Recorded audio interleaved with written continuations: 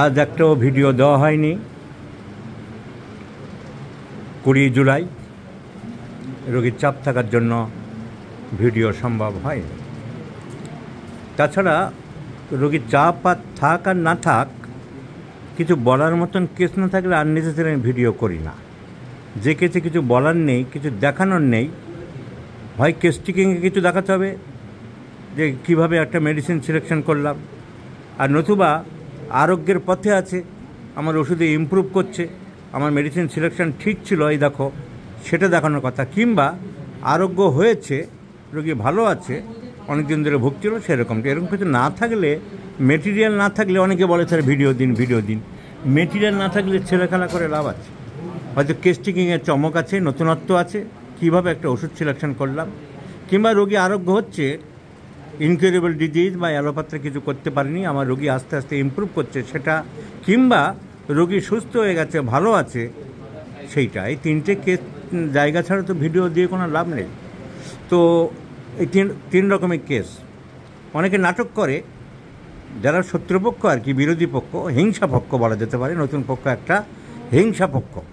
তারা বলে আপনারা এই দেখালেন না, ওই দেখালেন না, সাকসেস দেখালেন না, ফলো আপ দেখালেন না। আরে গর্ধব, আরে হাফগান্ডু, কিসের ফলো আপ দেখাবো? সময় হলে তো দেখাবো। যেটা কেস কন্টিনিউ করছে, প্রত্যেকটা কেসের ফলো আপ দেখাতে হবে আমাকে। দিনে 10টা করে কেস খেলে আমি রোগী দেখা বাদ দিয়ে হাফগান্ডু তোমার কথা মতন খালি ফলো আপ দেখাবো? এই দেখো আগের বার এই দিয়েছিলাম, এবার একটু ভালো আছে, আবার আরেকটা কেস বলবো আগের বারে ভালো ছিল, এই দেখো একটু ইমপ্রুভ করেছে, এই করবো? আমি প্রথম বিগিনিং দেখাবো, বা শেষ দেখাবো, বা সাকসেস হলে তখন দেখাবো। তুমি বড় হাফগান্ডু, তোমার কথা মতো প্রতিটা কেসের আমাকে ফলো আপ দেখাতে হবে? কোথাকার পঙ্গা পণ্ডিত তুমি? তোমাকে দেখতে বলেছে কি আমার ভিডিও? আমার ইউটিউবে আসতে কে বলেছে তোমাদের মতন পঙ্গা পণ্ডিত তাদের জন্য তো আমার ভিডিও নয়। আমার ভিডিওগুলি যারা শিখতে চায়, জানতে চায়, বুঝতে চায়, তাদের জন্য। আজকের ভিডিওটি কেস টেকিং পর্ব। কীভাবে একটা কেস টেকিং করে একটা সিলেকশন করলাম, এবং আমার রেপার্টরি কীভাবে সবার সুবিধা হবে, কি অ্যাঙ্গেল থেকে রেপার্টরি বের করছি, সে দুটো দিক বজায় থাকছে। এই যুবকের বয়স মাত্র 25 বছর, নদিয়া জেলায় থাকে। যুবক এসছে মাথার যন্ত্রণা নিয়ে। মাথার যন্ত্রণা ওর আরম্ভ হয় সামনের দিক থেকে, ফ্রম অ্যাবভ দ্য আইস বা উইদিন দ্য আইস, যাই বলি না কেন, চোখের সামনে থেকে আরম্ভ হয়। সেই ব্যথা পিছন দিকে যায়। পিছন দিকে গিয়ে ওর নির্দিষ্ট জায়গা নেই যে আমার ঘাড়েই শেষ হচ্ছে কি মাঝখানে শেষ হচ্ছে, যাচ্ছে ওই পর্যন্ত পিছন দিকে। কিন্তু বিগিনিংটা ঠিক আছে, বিগিনিং মানে আরম্ভটা ঠিক আছে। সেটা তোমার চোখের উপর থেকে হচ্ছে, বেশিরভাগ সময় ডান চোখের উপর থেকে হয়, তবে অত গুরুত্ব দেয়নিও। মোট কথা কখনো কখনো ডান দিকে হতে পারে, তবে চোখের উপর থেকে হয়, এটা তুমি লক্ষ্য করে দেখেছো। হ্যাঁ, চোখের উপরে, এবার টেম্পোরাল, সামনের থেকে। আর ঠান্ডা জল চোখে ওই সময় ঝাপটা দিলে বা ঠান্ডা জল লাগালে একটু আরাম বোধ করো, এটা তুমি বলেছো। তাহলে এর হেডেকের কজেশন কিছু পার্টিকুলার নেই, লোকেশান নেই, ঠিক চোখের উপরেই।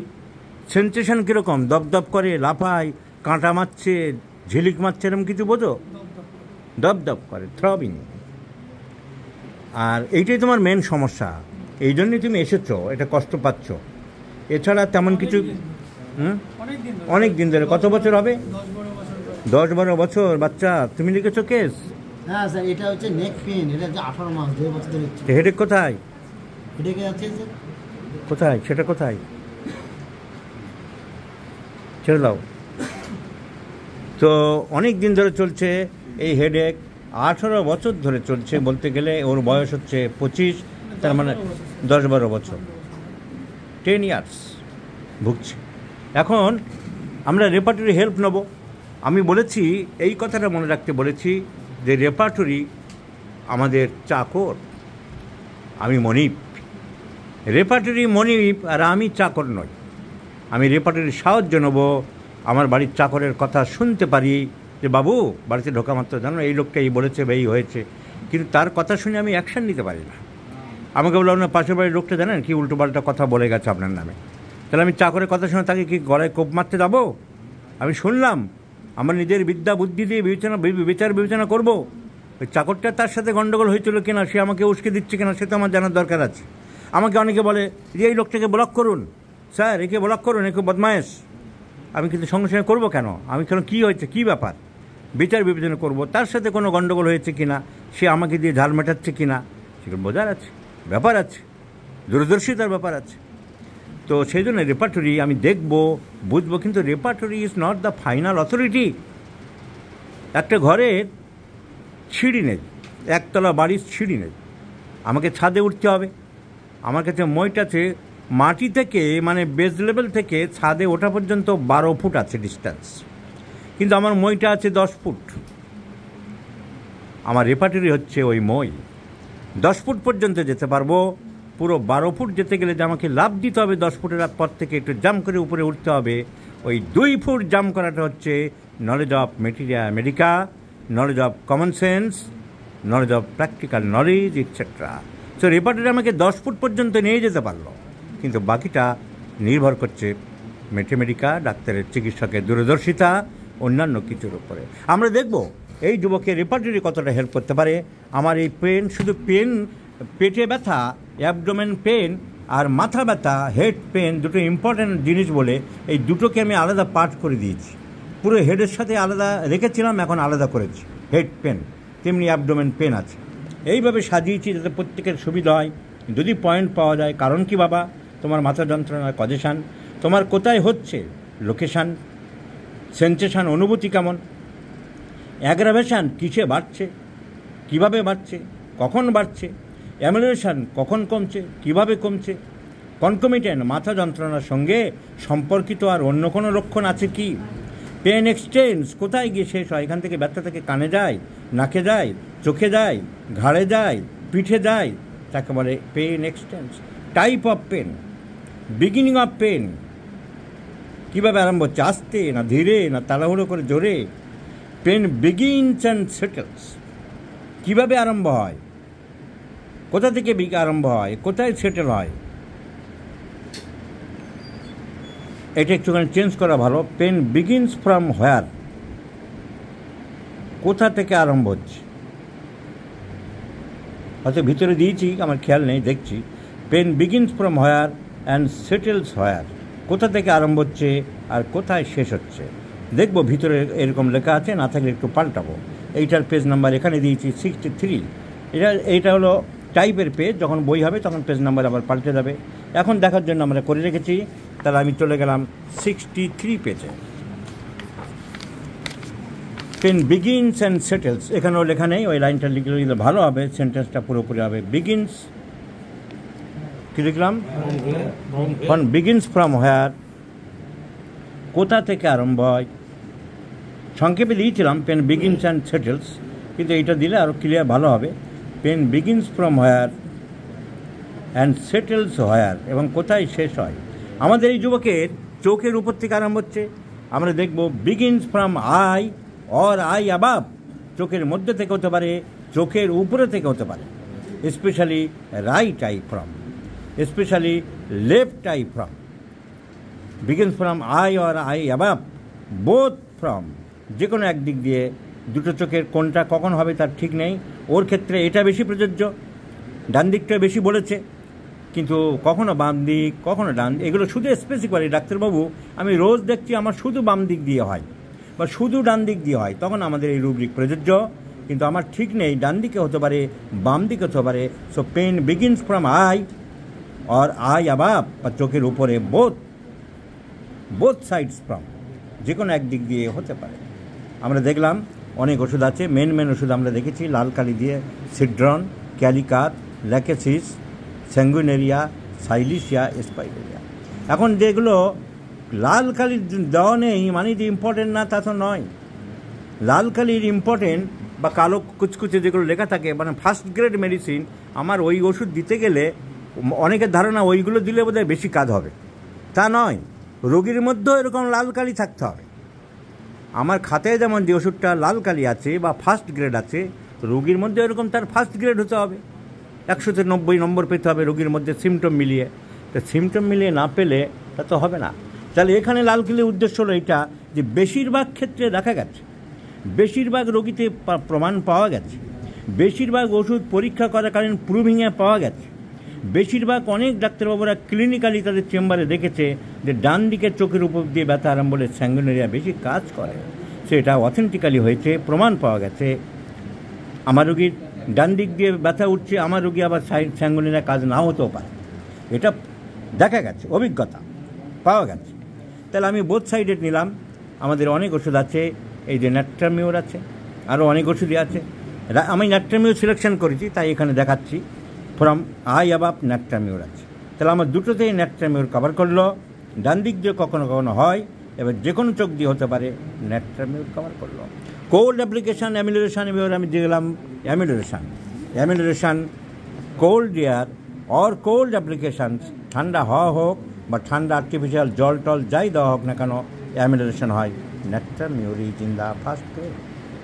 আর থ্রবিং পেন আমরা পাবো এখানে পেন ক্যারেক্টার মিন সেন্সেশনে যাব 16 নম্বর পেজে।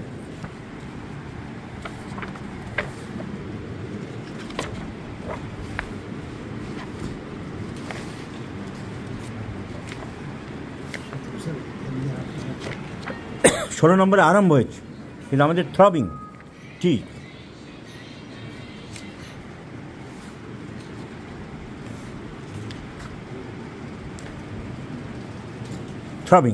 Throbbing or pulsating, ন্যাট্রামিউর is in the first grade.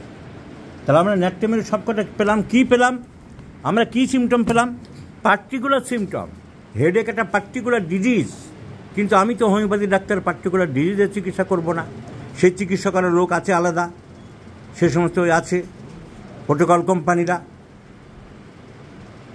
প্রকাশ মল্লিক কোম্পানিরা, আমাদের ওই ফিরোজবাবু হেডেকের উপরে চোতা লিখছে, যারা চোতাবাজরা আছে, আমরা তা করব না। আমরা দেখলাম যে এই পার্টিকুলার সিমটমের সবকটা পয়েন্ট ন্যাট্রামিউর কভার করছে, কিন্তু আমি পেশেন্টটা দেখবো। এবারে আমার পেশেন্ট কি অন্যান্য জেনারেল বা মেন্টাল ন্যাট্রামিউর কভার করে, দেখব কেস মিলিয়ে। লেখা আছে ইরিটেবল টেম্পারামেন্ট, কনসোলেশন অ্যাগ্রাভেটস। আগের থেকে কেস টেকিং যারা করেছে তারা গুছিয়ে লিখেছে ইরিটেবল টেম্পারামেন্ট, কনসোলেশন অ্যাগ্রাভেটস। আমি ভেরিফাই করব, আমার জুনিয়র ডাক্তারদের কথা সবসময় মানবো কেন? আমার কাছে রোগী এসছে, তুমি তো ওদের কাছে দেখানোর জন্য আসোনি, আমাকে দেখানোর জন্য এসছো। আমার সারানোর দায়িত্ব। আমার জুনিয়র ডাক্তারের ভুল লিখলো কেন আমি পরীক্ষা করব। আমার ডাক্তারবাবু লিখেছে তোমার রাগ বেশি, চট করে রাগ হয়, এ কথা ঠিক। আর সেই সময় কেউ বোঝাতে আসলে চট করে কমে না, তুমি নিজে যখন বুঝবে তখন কমবে। কনসোলেশন অ্যাগ্রাভেটস, এইভাবে অন্যভাবে অনেক সিমটম আমাদের গুছিয়ে অন্যভাবে বলতে হয়। এই তোমার সান্ত্বনা দিলে বাড়ে নাকি?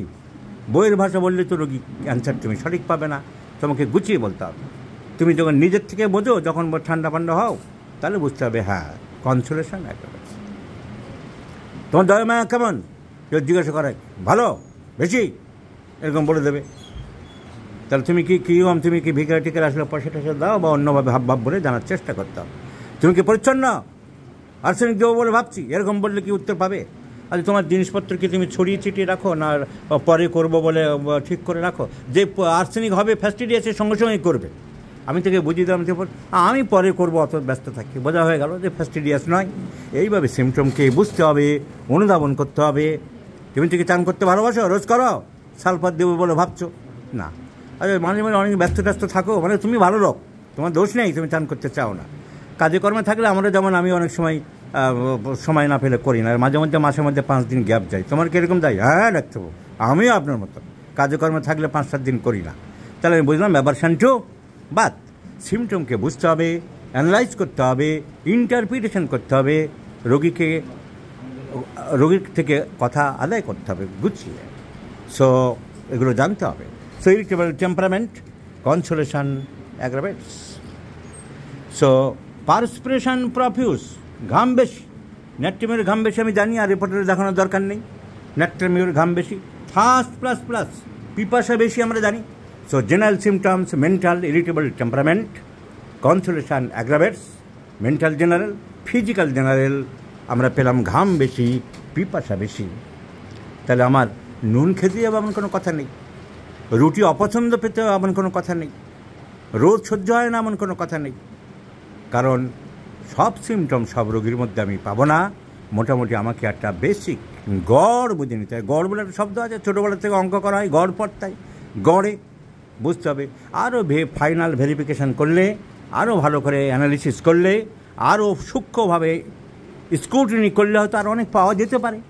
অত করতে গেলে তো দরকার হয় না, আমরা মোটামুটি সব বুঝে নিতে পারি।